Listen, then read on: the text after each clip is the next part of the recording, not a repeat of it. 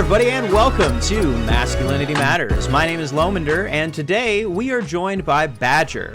Badger is somebody that answered a call that I had on Threads a while back asking for men who have had polyamorous experiences, and they were somebody that decided to reply to it and come on the show. Other than that, I know jack shit about them. So Badger, how about you tell us who you are, what you're famous for? Hi everyone, my name is Badger, or I go by Badger. I am a trans-masculine, non-binary person, and I am more often known for my compassionate and just overall caring personality, but I also am full of dad jokes. Perfect. So, being full of dad jokes, I have to ask, do you have any youths in your vicinity that you are consistently able to make grown with those said dad jokes? Not at the current moment, unless my cats count. They absolutely do. I know that. I know in that which my case partners. I've got two. I know that my partner's cats get very annoyed with the various amounts of dad jokes that I make at them. So, I personally believe that they count. Some might disagree with me on that, but that's fine. So, so tell me a little bit about yourself, like your background and that sort of a thing. What was your kind of experience coming up in the world?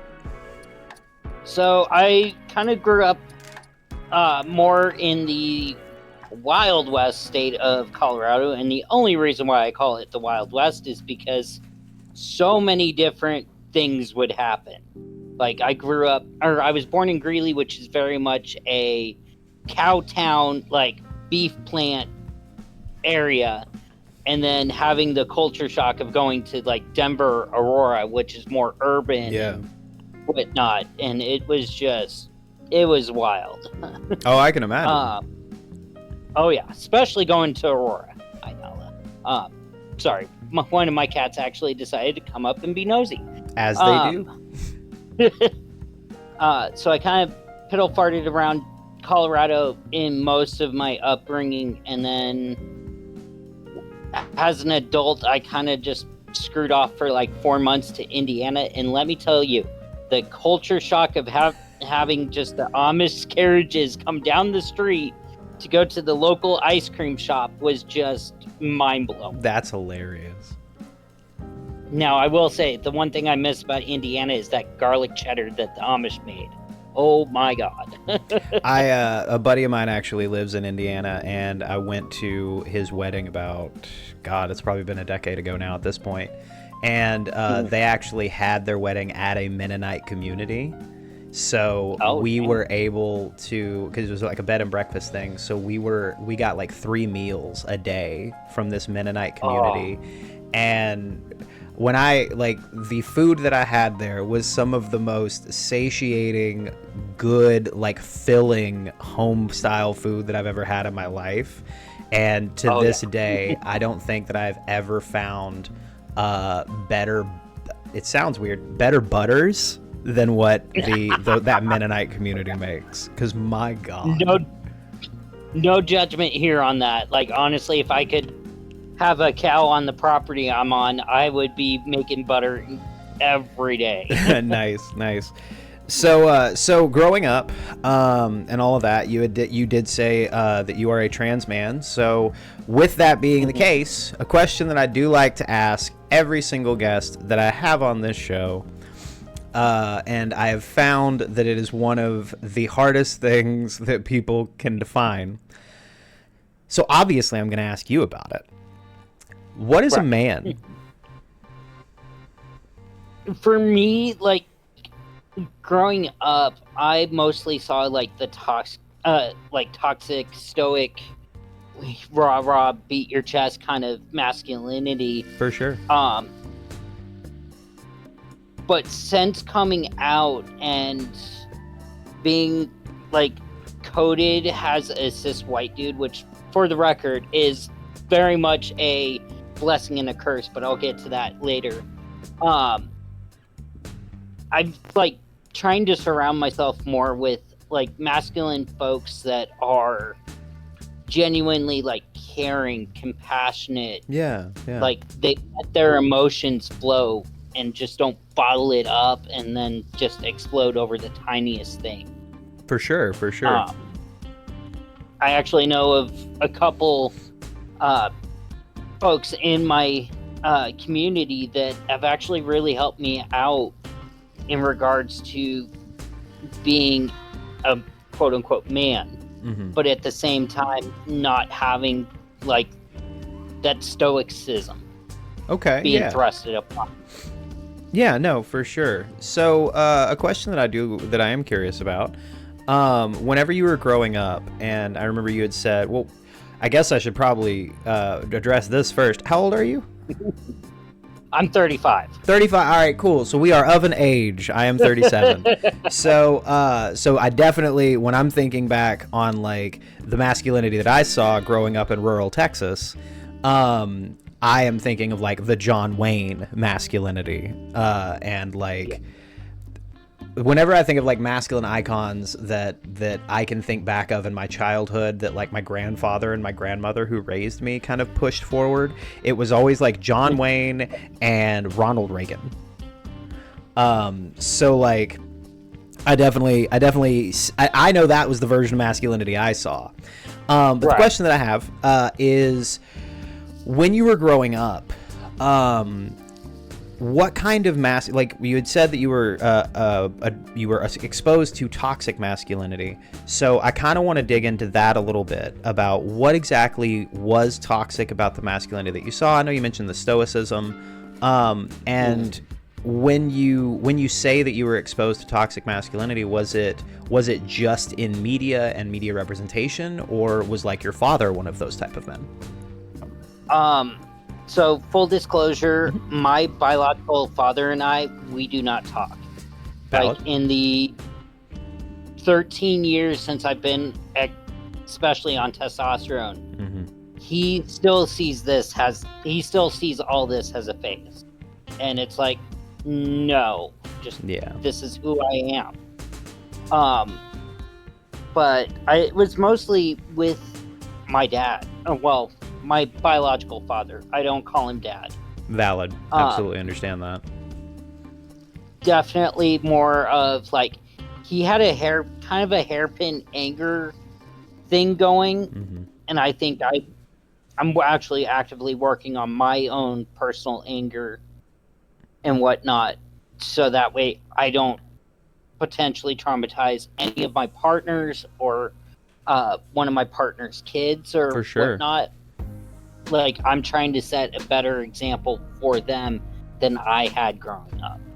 And I commend you on that. I feel like that's kind of when I think of the way that humans have adapted and evolved over the course of human history, I feel like that's always been the goal, is to like give our children a better situation than what we had, and try and make the world a better place through the incremental ways that we make our lives, make the children of our lives, make their lives better. Yes. So you had said that your dad had kind of like a hairpin anger thing. My dad also did. If you don't mind me asking, what generational cohort, I guess, is the best way to put it, was your dad a part of? My dad was a baby boomer, and was like 30 whenever he had me. My biological dad was Gen X. Okay.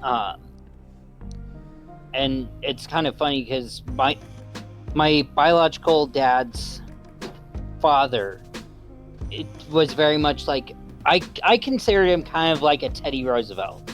Okay, Speak softly, but carry him. Yeah. Like, he was stoic, but he was compassionate. Especially with all four at the time, all four of his granddaughters. Interesting. Yeah, because I know that go ahead. There was definitely like conflicting masculine energies when it came to that. No, and that's really interesting because I had a very similar experience with my grandfather versus my dad. So, product of divorce. Parents divorced whenever I was 3. Moved in with my grandparents at that age. Lived there until I was like 16, and then my dad and I moved to a separate house, like 3 blocks from my grandparents until I was like in my early 20s. So, and that was something that was really interesting, is that like my grandfather was very much a product of his time. He was born in like the, I think, early 20s. I think he was born in like 21 or 20, something like that. So he grew up in the Great Depression, and then like went to World War II, and like dealt with all of that type of stuff, and then like built his own business in the town that I grew up in, where like he made a decent amount of money and so on and so forth. And one of the ways that it's similar to what you said, like Teddy Roosevelt, where it's like he was a very soft-spoken guy. He was a man of fewer words, because he had a really bad stutter whenever he was a kid, and was very abused by his father for it. So he was very much a person who's like, if I have something to say, I am going to make sure that that is all I say, because he doesn't want to like stumble over his words. And I remember when meeting him, he was very much just like this hard ass, like stone-faced, stoic dude who I was terrified of, because like I'm a 3-year-old kid coming into this like 70-year-old man's house who's like stern as shit. But then as I lived with him for an extended period of time, like you say, that softness came through. That like the way that it kind of felt to me was like somebody who understood what it was like to experience the like hard ass what's the word, almost like carceral system type parenting, right, and like punishments, but also didn't know how else to like do parenting, I guess is the best way I could think to put it. Right. Because he would rely on intimidation or like physical, I don't want to say violence, because that's not really what it felt like, but like physical means in order to like discipline his grandkid. Like for me, his favorite thing was a ring on the top of the head, like a class ring, flip it over, pat me on the head. And like, but outside of that, he was discussion based. He was like, this is why this is wrong. This is why this is not okay. And like, he taught me to like treat everybody a certain way and treat everybody kindly and take responsibility for like the peace and the safety of the people around you and so on and so forth. My dad, on the other hand, was like a people suck, fuck them type mentality. And it was very odd, because my dad would yell, but my grandfather would like intimidate. I don't know how else to put it. Like, right. like if my dad was upset about something, he'd scream about it. If my grandfather was upset about it, he'd just be like, and we're done. Like we don't do it. We're not doing that anymore. So I wonder if like that was kind of your experience as well, where it's like the older generation felt almost softer than the generation that was supposed to be responsible for us. I think a little bit, at least in regards to like my biological father's side of the family. Like I've lost contact with my grandfather, unfortunately. I have some very strong opinions about that, but I don't want to air my family's dirty laundry. I definitely understand that. I have respect for them. Yeah. But like I actually kind of remember like spending summers over at my grandparents' house, and Grandpa and I would be out in the garden, and he'd tell me like all his different little projects in the garden and whatnot, and he'd tell me, oh, you don't want to do that, but you want to do this instead for that result. Yeah. And just very, very like mentorship, like very mentory in the way he spoke, especially when we were doing gardening or I did a league actually with him and my biological father and my late cousin. And he'd be like, okay, I see how you're moving or wanting to get to the ball or the ball to the pins. Try and shift over a couple boards. Like, use the boards as kind of your guide. And Yeah. he was very much like, I feel like he was more influential, at least in regards to how I present my own masculinity when I have my masculine days. Yeah. And like very kind of like, I'd rather be the mentory kind of masculine presenting person than like my biological father's, where it was just, no, this is wrong. I'm not going to tell you how to do it, but it's wrong. Yeah, kind of the you're doing it wrong, figure it out type. Yeah. Yeah, and I wonder why that is. Like, because it's really interesting, because like the way that you describe the way that your biological grandfather like treated you and the way that he like presented things to you is very, very, very similar to my own, and it does make me wonder, like, and maybe you have thoughts on this as well, that like, have we in some way in the transition between like boomers to Gen Xers, have we like somehow lost the plot of what like good society building, like community building masculinity actually is? Because when I hear people talk about their grandfathers, I hear them talk about like, you know, sometimes there are the super disciplinarian. That was the word I was looking for earlier. They're super disciplinarian, but most of the like emotionally intelligent, like go to therapy men I have met have all had like a grandfather or an older uncle or somebody like that was just like this soft, kind of stoic masculine figure that like gave them nurturing, gave them that sense of like I hate to use the term patriarchal, but like it's the one that fits despite the connotations. Right. But like that patriarchal comfort of just like knowing that there's somebody there that's kind of got that, if that makes sense. So it makes me wonder, is like, did something happen with boomers and Gen X that just like flipped that script, that they suddenly just became these like, anger is the only metric that we can base any of our emotional responses on, and like we can't have a fucking conversation with somebody about our feelings? Right. I'm almost, well, and it's like the man that my sister and we consider our dad is very much more of like the soft and yet stoic type as well. Yeah. He actually also is another masculine figure that I kind of put on a pedestal, but not really, in regards to like how he treated me when I came out, how he treated my sister and I when we were growing up and whatnot.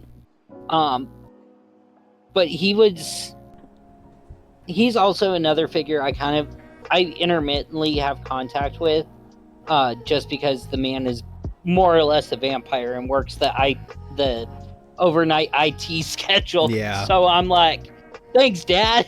Right. But no, my sister got married last year, and I think I actually saw that man cry because he felt, or Liz, or my sister, wanted him to walk her down the aisle. No. Because he was such an integral role in our life, and we actually both call him Dad. Like, yes, him and our mom divorced, but he's still Dad. Yeah. Kind of deal. Well, and I feel like Dad is a title, not necessarily it's a title that's bestowed or earned, not one that you claim, I guess. Right. 'Cause I'm a firm believer in the idea that like anybody can father a child, but you gotta be somebody worth a shit to be their dad. Right. And I feel like, and I hadn't thought about this. I did a divorce podcast yesterday, and we got to talking about some of the masculine figures in my life, and I never realized that I had a stepdad who, for the longest time, was kind of a safe space for me in like the relationship that I had with my mom. And I realized that like he's kind of a blend of those two masculinities, where it's like he's kind of soft whenever like he needed to be, but then he was also like this, well, fuck it, I don't know why I'm trying to figure out a nice way to put this. He was kind of a misogynistic dick whenever it was outside of situations where he recognized that like being kinder was necessary. Which I realize now is like outside of children, he was just kind of a misogynistic dick. But with me and like maybe my brother, I don't know their relationship super well, but like with me, he was like that mentor type that like, hey man, this is how you figure this out, this is how you figure this out, and all that. And again, it's like, it makes me wonder why it is that there is such a glut of people our age, men our age, that are like, no, like my dad was a real distant, like or my father rather was like a real distant, like non-participatory person in my raising. And like I couldn't go to him for anything. He never felt like safe or anything like that. Because it's such a weird transition, it feels like we've made, where we have all of these like arguably super stoic and probably to a detriment men who then produced these men who are just like turn that up to 50, but then also take away the nurturing parts. Right. Like, I'm almost wondering if it's because of how the boomers raised the Gen Xers or something like that. Like, my biological father would actually tell me about the stories about how he was very much a latchkey kid. Yeah. Like, he could, like, screw all consequences as long as I'm home when the streetlights turn on kind of deal. Exactly. You know? Yeah. Like, I'm almost wondering if that had, like, any effect on the Gen Xers. I mean, and that does kind of make me wonder about that too, because so one of the things that I find interesting is my brother and I were raised two very different ways. Like I was raised because my dad had full custody with visitation. I spent like 35 days a year with my mom, and my mom very much created a latchkey kid with both of her older children, with my sister and my brother. They were very much the latchkey kids, and I grew up with that part of the year.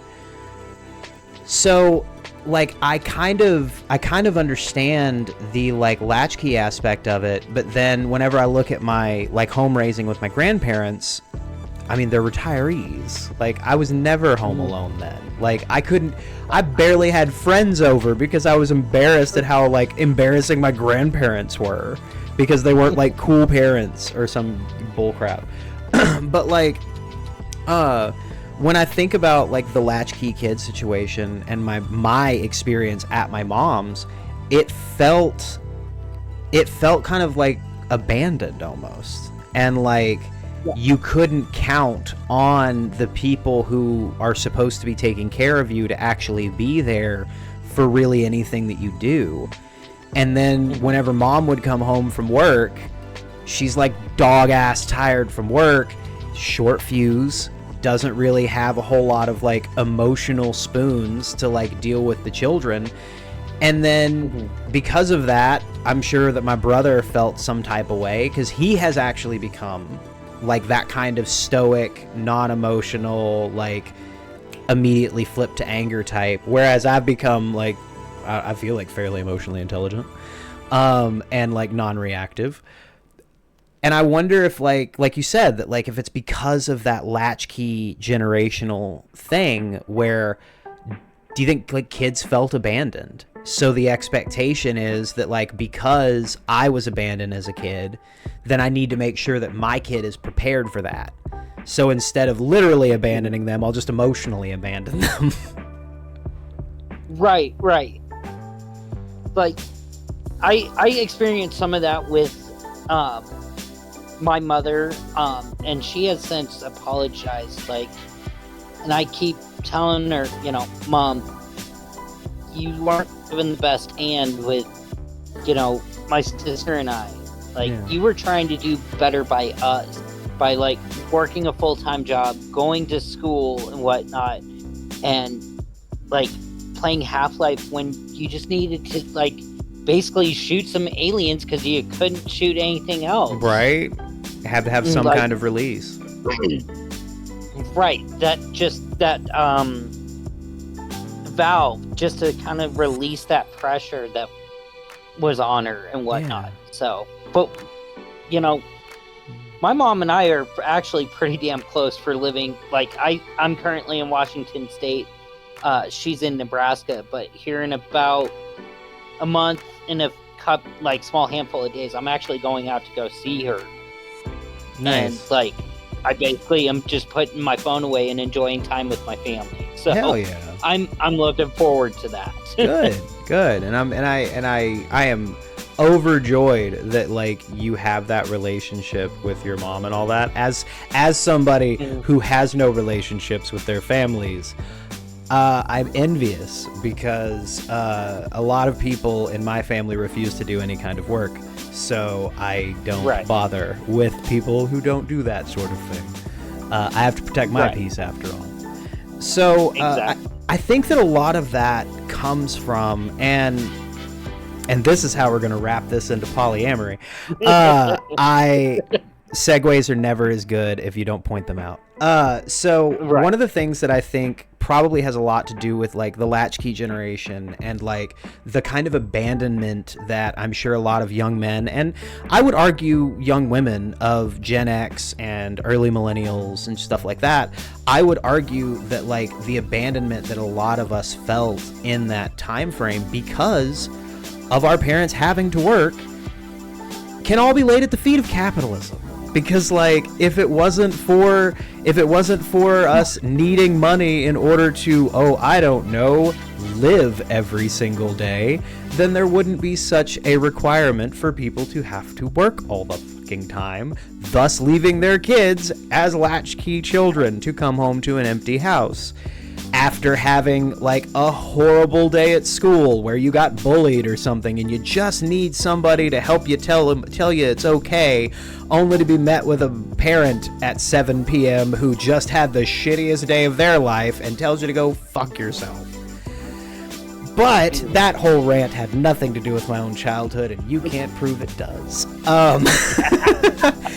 But I do think that that because of that, we have seen a shift in what normal, traditional masculine presentation deems acceptable. And one of those things is non-traditional relationship functionality, or frameworks. That's the word I'm looking for. Non-traditional relationship frameworks.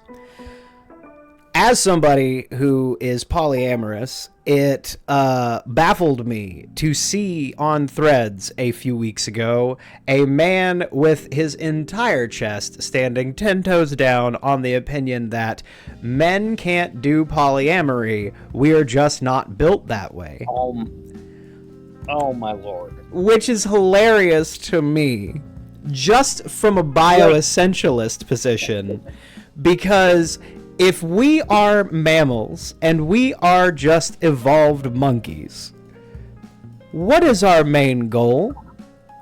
Procreate. Why in the fuck would we limit what we could procreate to one person? And you're going to tell me that monogamy is the natural order of things?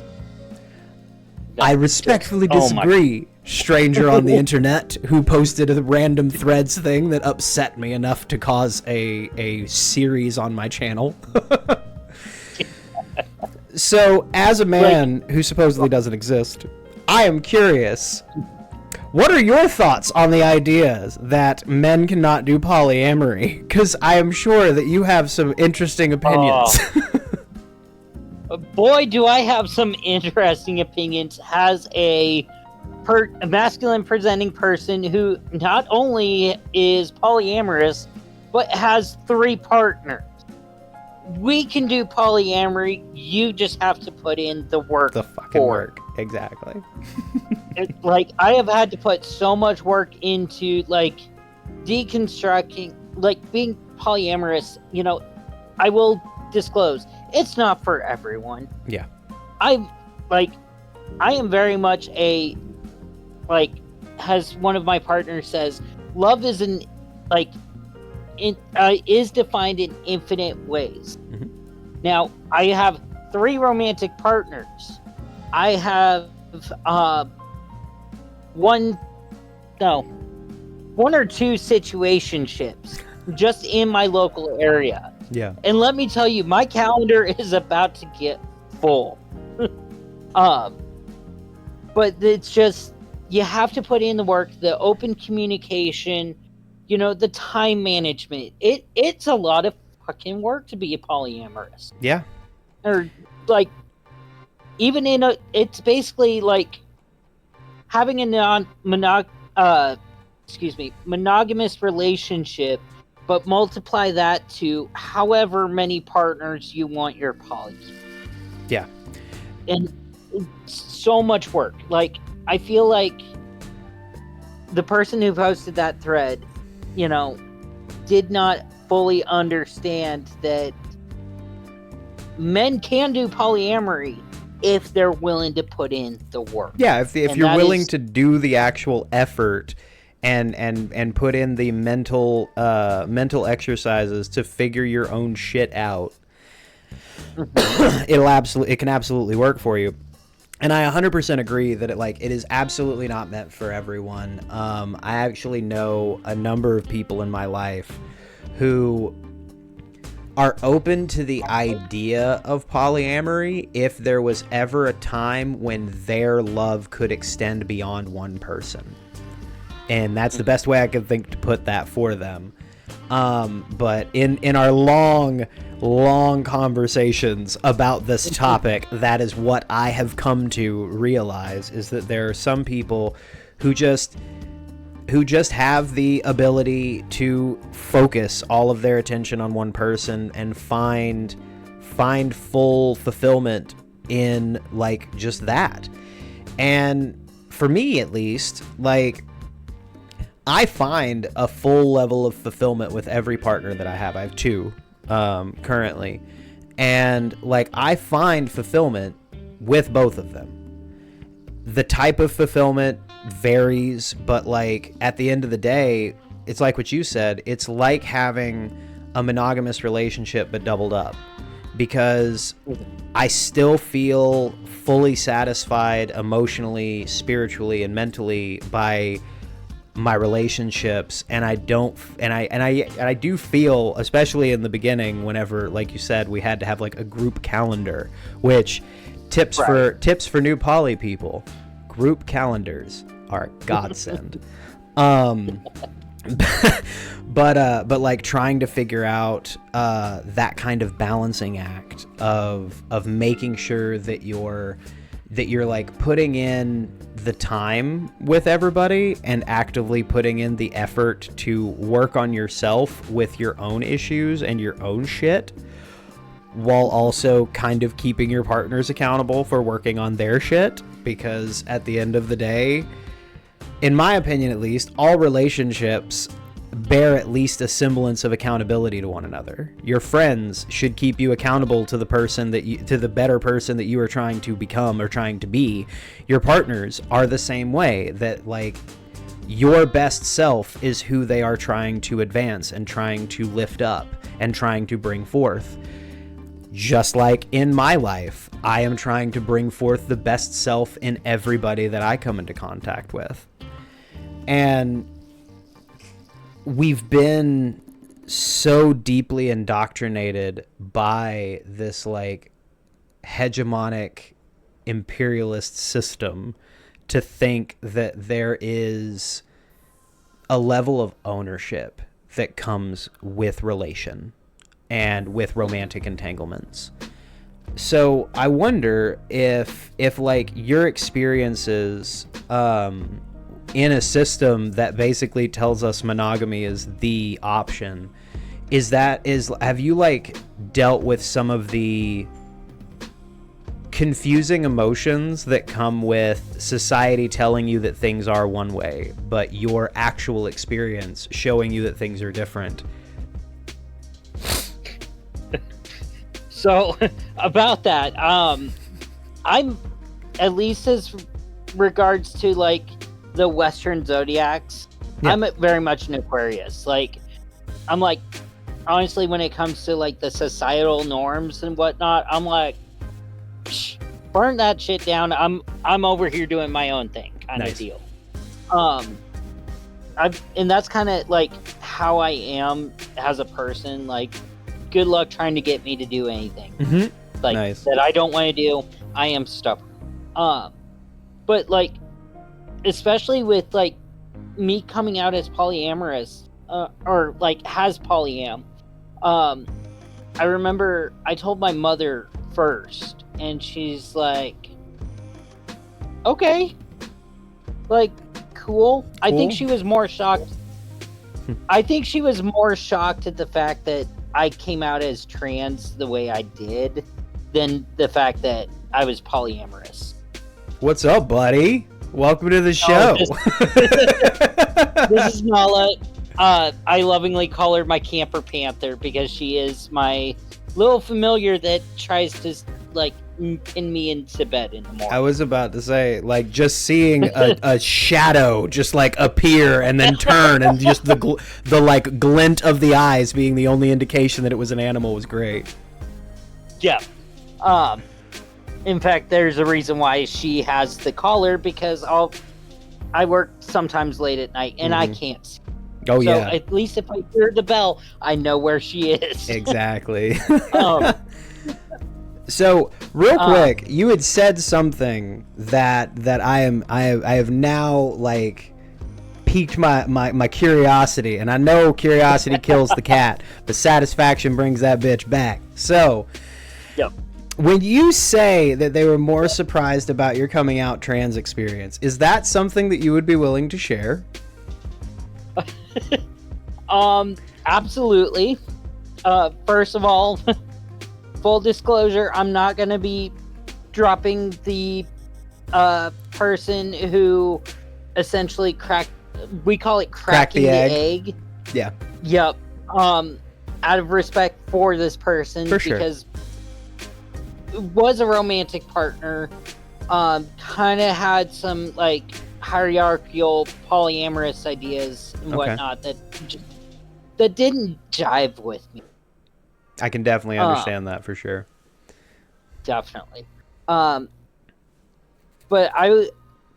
so a little bit of backstory, at least for me coming out as trans. I had just moved in with my mom because she actually, her then boyfriend had passed away.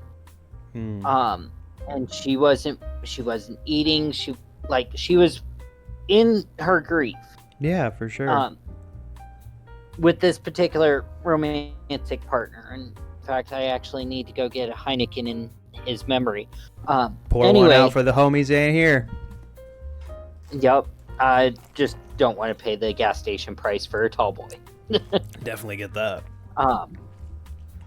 So I wound up moving in with my mother, trying to take care of her. Like, I was cleaning the house, I was cooking dinner, doing, like, basically making sure she at least ate. Yeah. Very much being that older child, like, hey, Mom, I see you grieving. I'm here. Let me do this. Yeah. Kind of deal. That's awesome. And I was talking with my then girlfriend at the time, and she's like, I have a question. I'm like, shoot. Or I think I might have said 42. I don't remember. I'm a bit of a smart ass when it comes to, I have a question. Yeah, definitely understand. It drives some of my partners nuts with that, and some I of the have metas no as clue well. what you're talking about. Why ever would those things ever be annoying? I'm just saying, bro. But Same she had page. asked me- Same page. Like, Yeah. But my then girlfriend had asked how long I knew I was male. And then just Okay. in that moment,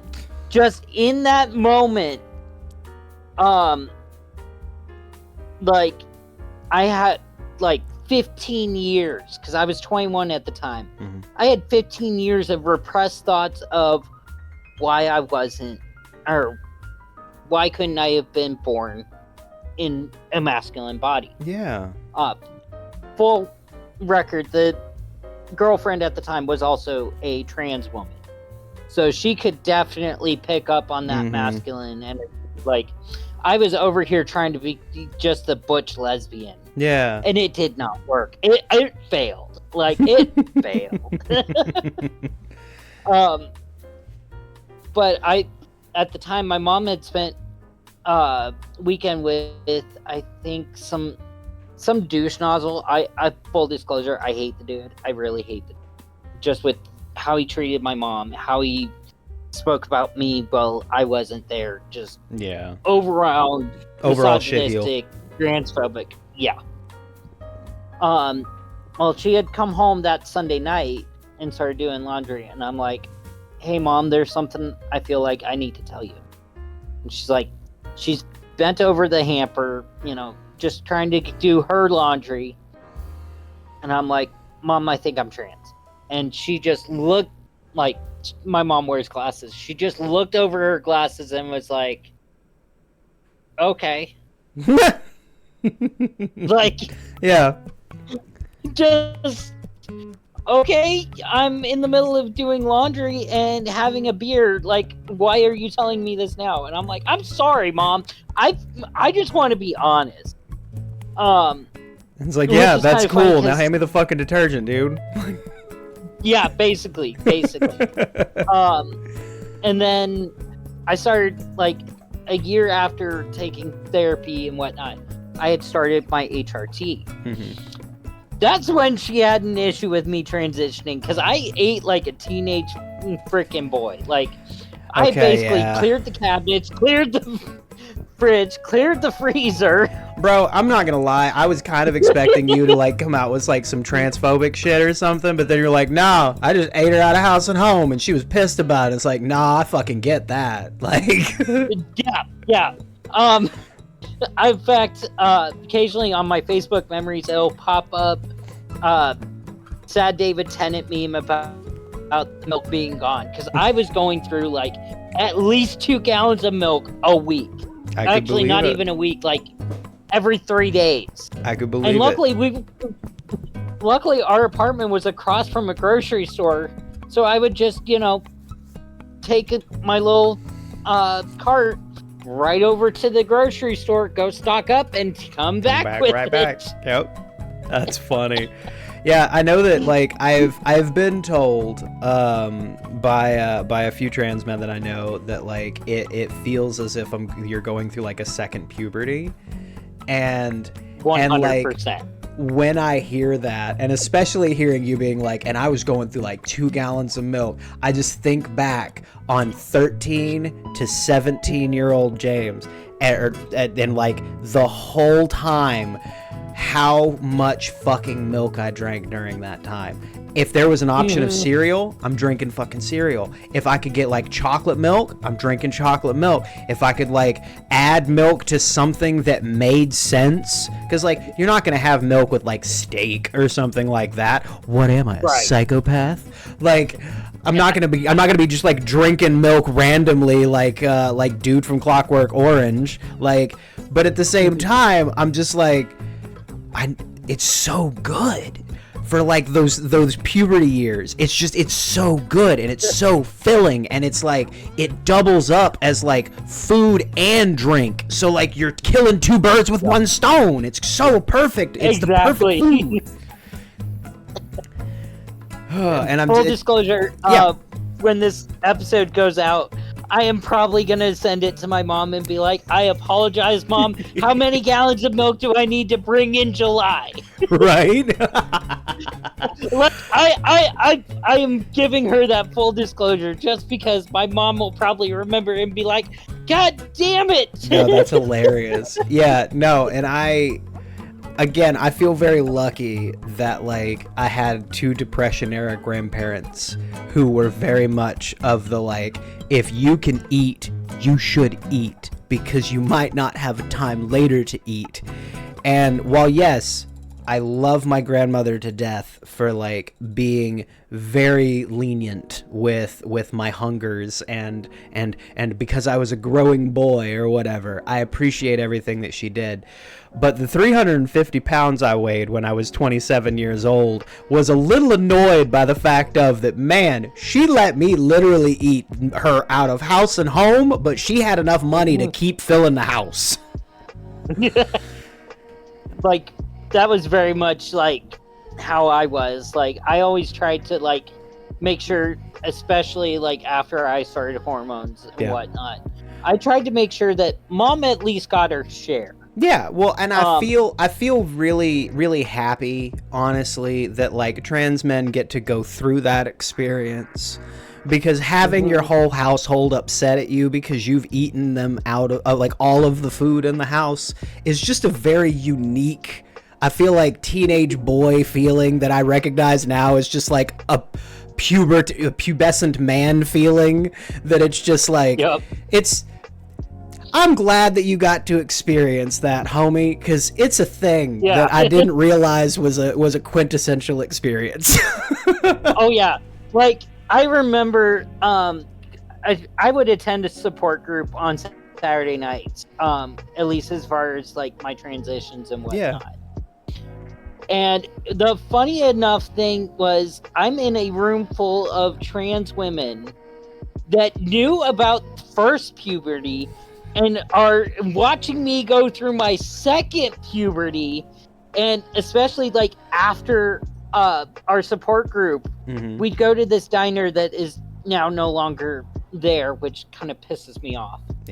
Called the Breakfast King. Now, the Breakfast King was very much a greasy spoon diner with the most filling greasy spoon diner food there was. So I'm have talking Waffle like House. Burritos. I have a hot take with Waffle House, but I will keep it to myself. But yeah. Oh no, Burritos it's going to be in the last day. 5 minutes of the show. You're telling me the Waffle House thing. As a Waffle House stan, you can't tell me you have a hot take about Waffle House and we not talk about it at the end. Oh boy. Please continue. Just make sure that, you know, at least make sure that the silverware is put away. We don't need an actual Waffle House fan. But no, I'd eat like 2 of these giant ass burritos and still be hungry.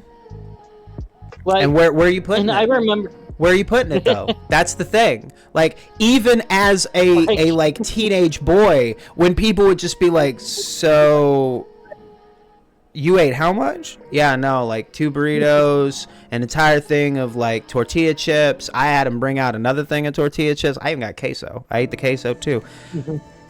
Where are you putting it? Because like that's more than a stomach holds, sir. I don't know, man. You guys got any snacks though? Right. Well, and it's like shortly after I started hormones, I was working at Home Depot, but I also didn't have a license or a vehicle. So I would bike and bus everywhere. Yeah. I started hormones at 280 pounds. I somehow dropped down to 207, and I had to start like rolling and folding my pant legs just for my pants to stay on me. I could see that, yeah. And all the big sisters just were laughing their fucking asses off and being like, bro, we're taking you shopping. Like, you need some actual fitting pants. Nice. We love you. We don't want to see your hairy white ass, though. Nice. Oh, that's great. Just the community I grew up with. Like, nice. Wholesome honesty, but also some very light roasting. Yeah, and I feel like those are the best communities, honestly. If you can't give each other a little shit, what's the point? Exactly. Like, as long as it doesn't become malicious, that's the big thing. No. I've been in a number of friend groups where the roasting became torching, and that's not super fun. Yeah. But yeah, no, I love. I don't know. This may sound weird, and I apologize if it does, but I love talking to trans men about the innocuous experiences of their transition and of their experiences as men and all that, and especially the second puberty stuff. It just, it warms my heart to just like have all of these experiences that, for me, have always just like. I've always just thought they were just like personal things that like I've experienced or whatever, but it's not really like a regular thing or whatever. But then I like talk to like trans men who have gone through these things, and I'm just like, oh shit, bro, that's just like a dude thing then, I guess. Hell yeah. yeah, and like just I love talking with like other folks about my personal transition stories and whatnot. But like also the fact that, you know, I might look cis, but no, I am not. Mm-hmm. But just that passing privilege of like, haha, you think I'm like, especially in like the manosphere kind of spaces that I try and avoid, but occasionally I'll pop up with like, you know, somebody doing a ditch and whatnot with it, and it's like, haha, you think I'm a bro, but I'm not. Yeah. So you thought. It's just that Uno reverse. Like, I bet that's satisfying as hell. I know it is for me. Oh, it is. Because, like, looking the way that I do and, like, being a Norse pagan like I am, there have been dozens of situations that I have found myself in where other cis white het men have looked at me and said, there is someone like I am. I can say some out-of-pocket shit, and they'll think it's okay. Only to be met with, what the fuck was that, bro? Seriously? That's the kind of person you're gonna be today? Wild. Couldn't be me. Anyway, have fun by yourself. Yeah, that's actually like one of my metamors is like a 6-foot giant that has the Jarl chain and has the Mjolnir. And the man can't grow hair, like a full head of hair. He, you know, no shame on him. Genetics be genetics. I keep offering him my thick ass hair, and he's like, I have cut your hair one time and nearly broke the clippers. No freaking thank you. But, you know, particularly like where I'm currently situated, we're very much in like a purple area, but there's also, you know, white supremacist groups and whatnot. Yeah. And it's like, they'll see him with the Mjolnir and everything like that, and bald head, and be like, hey brother, and he's like, oh, you have no brother here. Right.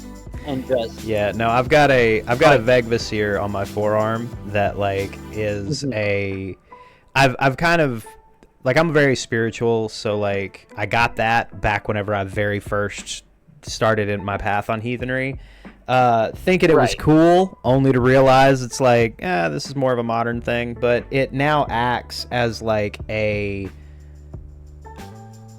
not like a call to other people. Like whenever they see this on the forearm, they're just like, I recognize those are runes, and it starts that kind of conversation.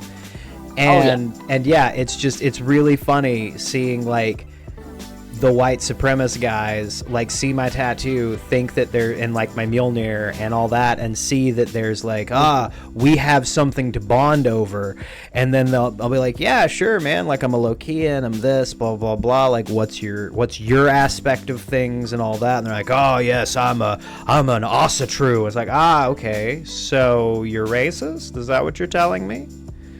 Well, right. Well, I just believe in heritage, not hate. And I'm like, well, what's that heritage of, buddy? Like, as a dyed-in-the-wool Southerner, what heritage are we protecting? Please, enlighten me. So, one thing that we're kind of getting near the end of things, I'm realizing. So, one thing that I do like to ask, and I think that like you especially are a great person for this question.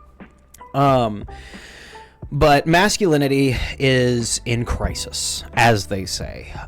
Whenever we actually look back at like American history and you actually look at all of the research, masculinity has been in crisis since the beginning of capitalist industrialism. But masculinity is in crisis. There's a loneliness epidemic.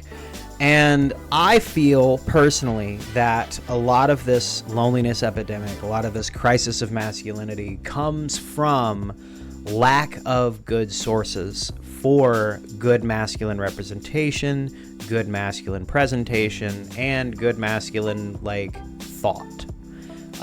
We have allowed right wing, we have allowed conservative, we have allowed bigots, we have allowed all of these different people to reach out to men and young boys specifically to try and give them some form of masculinity that they can take home and access themselves and use in their lives.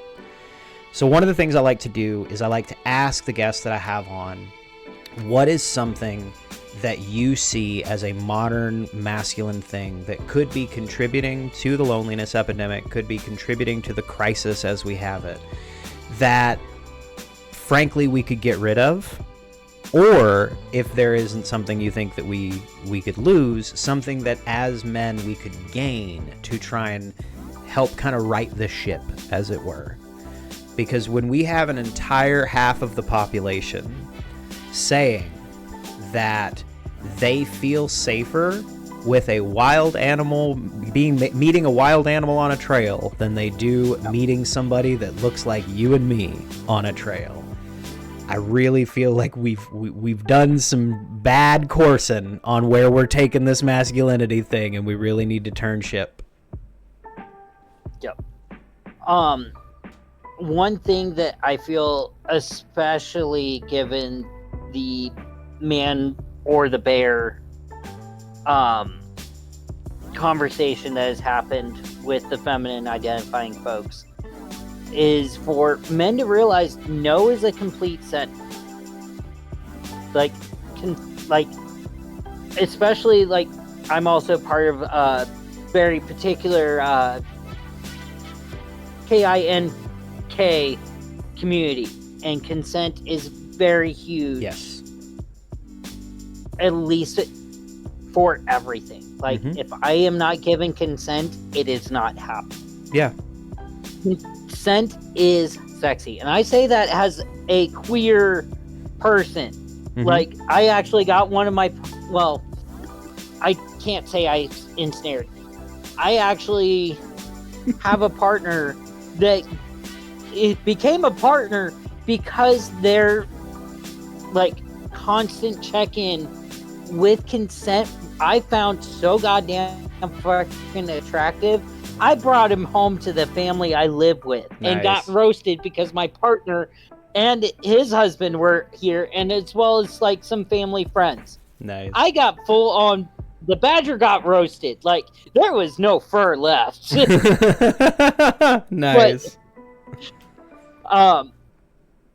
But definitely, like, understand consent is sexy. Yeah. It is 100% more attractive when you ask for consent instead of having that entitlement mentality. Don't act like you're owed something. Exactly. Yeah. No, and I 100% agree with that, because like Speaking as somebody who is socialized man and socialized boy, I can say with an absolute certainty that one of the things that is not discussed nearly enough with young men and boys is consent, is like the fact of that you are an autonomous being that has autonomy over your own body, just like the person you're looking at is an autonomous person with autonomy over their own body. And one of the things that I also don't think is talked about a lot is the fact of that, like, a lot of young boys and a lot of young men have issues with consent because we're not ever considered when we are children as being able to give or have our own consent. I think that there is a weird obsession that parents have of like claiming ownership over their children and like demanding that their children act and be a certain way. And because of that, as men, we're basically told you have to be and act this certain way. You don't have a fucking choice. So the idea of a bunch of boys and a bunch of men having an issue with the idea of choice, I mean, it kind of makes sense. Doesn't make it good. Doesn't make it something we don't need to fix. But it's something that, to me at least, kind of makes sense. So, to your point, I'll double up on that advice. Learn consent, fellas. Like, do you know what consent is? No, really, do you? Because if you think you do, you might be wrong. I know I was. So, like, look up consent, guys. Figure out what that means. Figure out what it fully means. Because I can also attest, as a cis, not fully het, but like mostly het guy, me asking for consent and me being like somebody who checks in regularly. I have been with my partners for 5+ years at this point.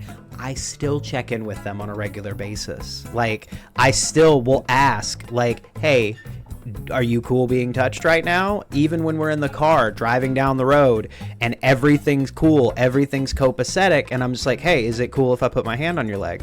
Absolutely, that's perfectly fine.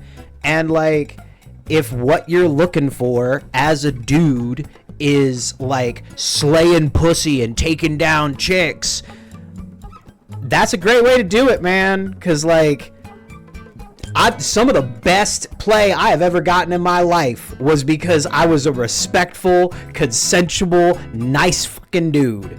And like, I took no for no, and I took yes for yes please, and I took more for yes more. Like, it's not hard. You just gotta figure it out. And like, we're not taught that. And that's what really sucks.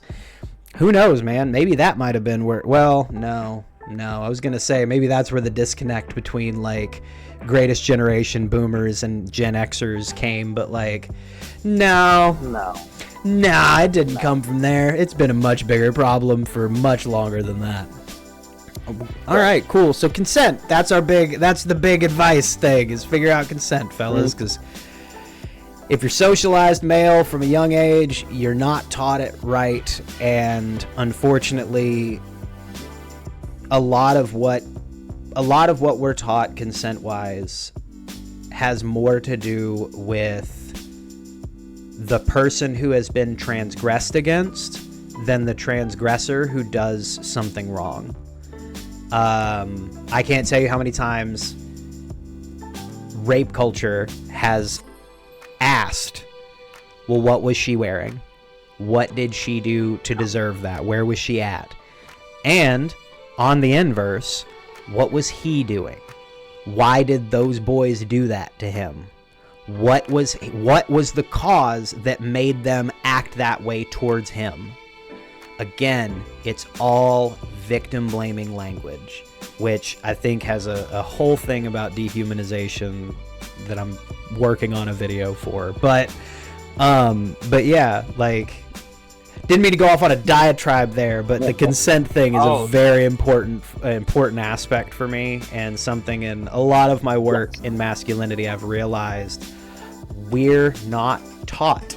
Like, I'm actually teaching it to my girlfriend's youngest. On Thursdays, I go over and because her wife and my partner, they're all like, we're a bunch of nerds. Tabletop RPG happens twice a week, at least, and whatnot. But I'll go over on Thursdays to watch the 2-year-old, and I'm teaching the 2-year-old consent. Good. You can't start early enough. Like, I can't start early enough, and it's like, I'll be like, "Hey, can I get a hug?" And he'll be like, "No." I'm like, "Okay." Good. All right. You know, that's cool, buddy. Like, no I want to instill like wholesome masculinity. Good. With him, like, and my girlfriend's probably gonna see this and be like, "God damn, that's sex." But just saying, man, you're probably gonna get laid after this one. That's if I can fit on her busy calendar. I mean, and that's, I might have only 3 partners, but I don't even know how many she has. Look, I'm just saying, like, as somebody who only has 2 partners, sometimes, man, the scheduling sucks. It's a bitch to nail down. So I get it. Like I definitely understand. Super proud though. Like, super proud to know you as like a person who is like trying to like instill that shit early, because one of the most like infuriating things that I ever see with like parents and shit like that is like the, hey, can I get a hug, or like they just hug the kid or touch the kid or do something non-untoward or whatever. Like, I'm not saying abuse or whatever, but they do something that very obviously the kid wants nothing to do with. Right. Whether it be like when they're hugging and the kid's like doing this or like pulling away or whatever, you can tell that there is a child there who does not want what is happening to be happening. And when you bring that up to the parent, they're just like, it's fine. It's my kid. He's fine. And it's like, no. That, like, just no. Like, if you want a Pepe Le Pew type son, then sure. But like, yeah. Boy, that's dating me a little bit. When's Pepe Le Pew been on the television? No, I think you just dated both of us there, because I remember the reruns and whatnot. Yeah, no, 100%. And like, frankly, that right there is kind of part of the problem. We thought Pepe Le Pew was just, that rascal. It's like, no, that's a fucking rapist. That's somebody assaulting a fucking another animal. I guess it's an animal though, so we don't care. As an animist, right. I take issue with that. But yeah, like it's a male coded sex pest. That's all he is. He's a male coded sex pest, and I'm not convinced that he's not sitting in the White House right now. So thank you so much for joining me, Badger. I greatly appreciate you for taking the time today.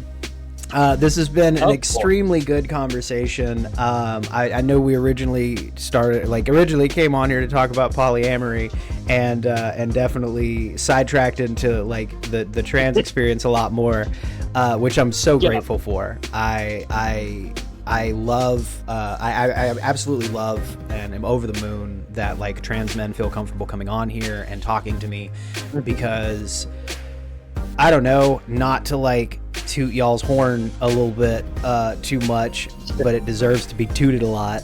I have learned that when it comes to trying to find good, egalitarian, ethical, moral forms of masculinity, like trans men been doing the work. Like trans men do the research. They like, I'm not saying that they academically go and hit the books or whatever, the idea of when you know in your heart that you are something that society tells you you're not, I feel like I feel like at least I would have an exceptionally deep desire to understand completely and fully what my version of this thing they say I am not is, and what I want that to be. So whenever it like gets to the point where I have the ability to be my true self, I can come as correct for me as I can. And at the end of the day, like, of the trans men I have met, 80-90% of them are some of the most like masculine, like wholesome masculine men that I've ever met. And I don't know if this is going to sound bad. And if it is, I just know I'm going to cut it out. But like, I strive to be the man that trans men have shown me can exist. Like, because I don't find that offensive at all. Cool. Like, honestly, I'm wearing that as a fucking badge of honor. And I apologize for my language, but I am strongly opinionated on good. Like how masculinity should be. And like, funnily enough, my girlfriend's 2-year-old, actually, like, one of the first few times that she and I started like courting or whatever, but like, first of all, I didn't know she was into me because I couldn't tell if she was flirting or being nice. Oh, okay. So you definitely are a boy. Got it. Yeah. If that's not a badge of honor when it comes to masculinity. But anyway, one of the first few times I was over there and just hanging out, he actually fell asleep on me and cuddled up to me. He didn't want mom. He didn't want mommy. He wanted me because like, and my girlfriend and I were talking about it, and it was like, he wanted that wholesome masculinity. Yeah. And he found that in you and my other meta, my partner's husband. Yeah. Like, I love that. He found a wholesome masculinity. And honestly, I couldn't be prouder to be helping set an example for this little 2-year-old who, I swear to God, is going to make me get a knee replacement surgery here soon because I cannot keep up with him. All right, so you're definitely getting the dad experience then. If every dad I've talked to is any indication, don't worry, buddy, you're getting it.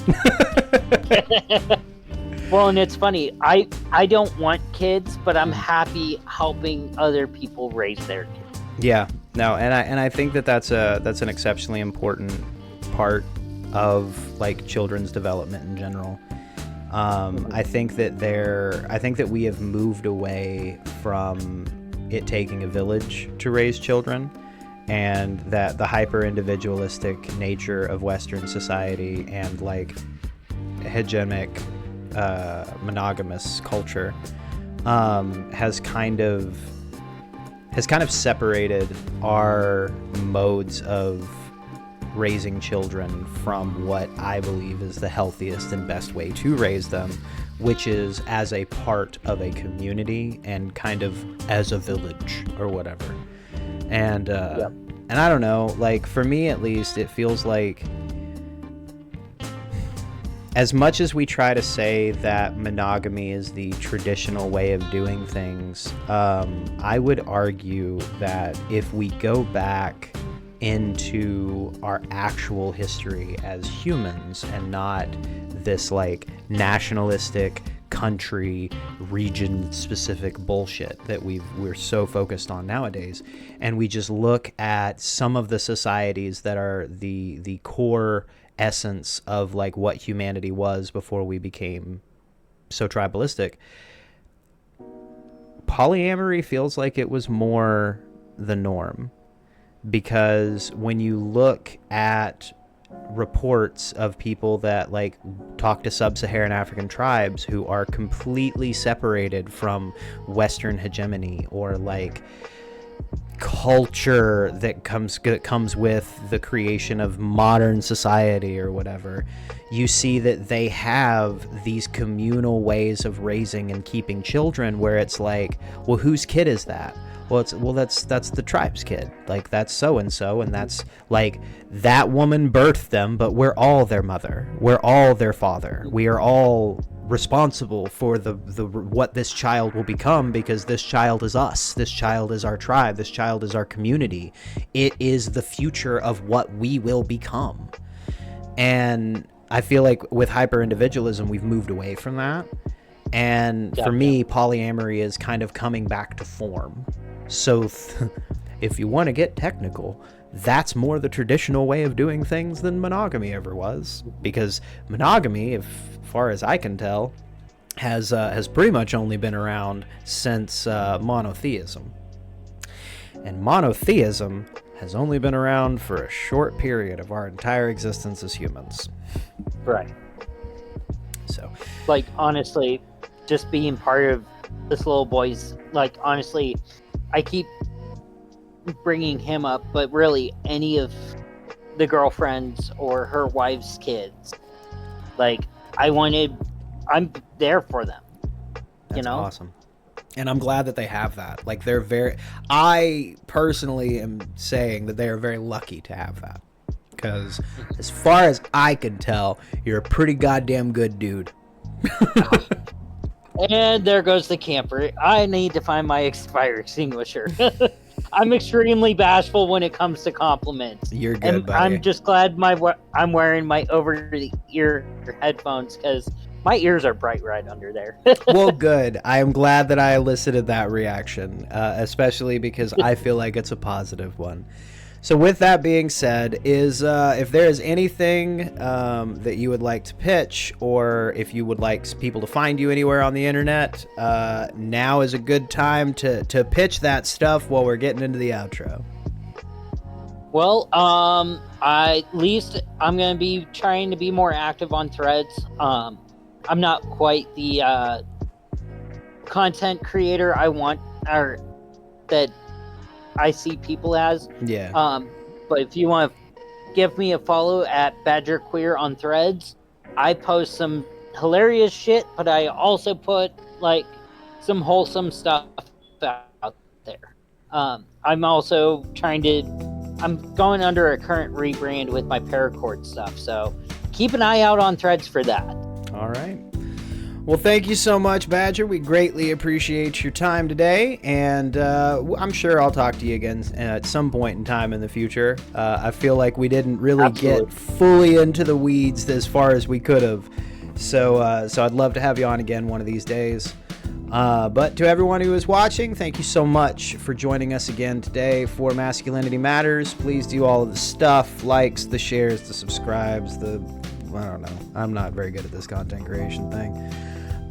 So yeah, be sure to do all that stuff. And remember, like I like to say, be the man that you needed when you needed one, because we need them more than ever. Stay safe, y'all.